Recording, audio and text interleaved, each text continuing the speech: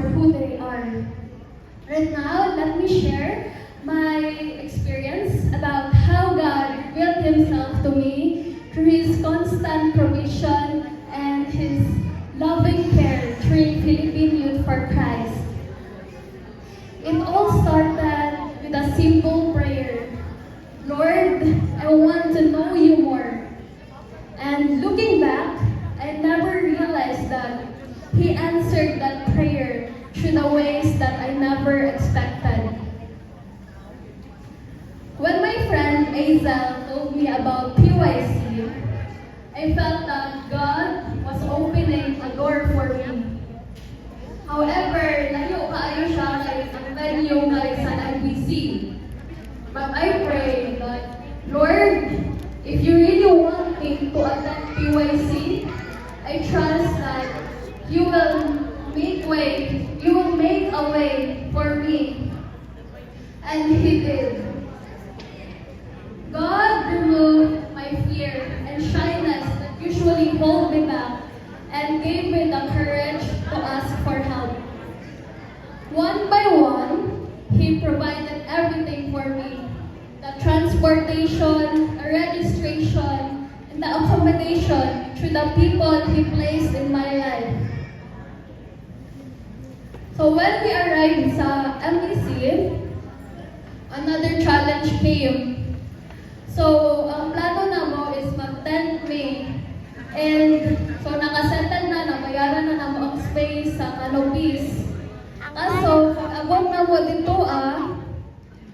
puno na ang mga canopies. Murag wala na may nakita na space na maka-pitch me sa among tent. And so, galakaw-lakaw mi dito hoping na napa may makita na space. Napansin ako na ulan ko siya na time and napansin ako na ang ground dili siya patag na ay mga holes dito ay mga canals. And akong arm kay gahil pa siya from a fracture. So, it would be a risk for me to sleep there. And very kusog ang ulan. So, wala ko kabalo kung unsa mi dito pa mi nagstay. For us to remain the same, He saved us to live a new life that reflects Him. Another blessing was being able to serve. So I volunteered as a food committee and as an usher. As an introvert, greeting people with a smile and serving them was not something that came naturally to me. But God showed that He can use us beyond our comfort zone if we are only willing to serve His people. That if we say, God, here I am, use me to serve you and your kingdom in heaven. And when I came home, I realized that God didn't just change my experience. He also changed my heart. He gave me a deeper desire to know Him more, to serve Him, and to let others know Him too. When I prayed, Lord, I want to know you more, I did not realize that God answered that prayer through every step of this journey.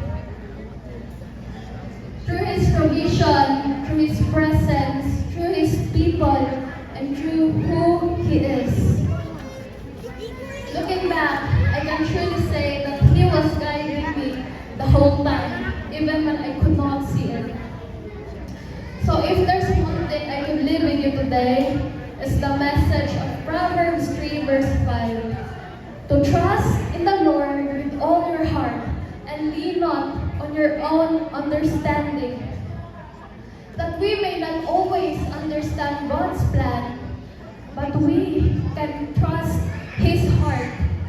That no matter how hard life is, God is in control of everything.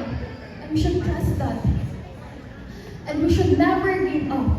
Because God never gave up on us. No matter how sinful we are, He is constantly fighting battle to win us.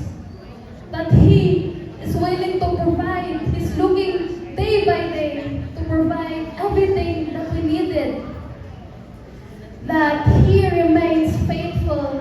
even if we are unfaithful.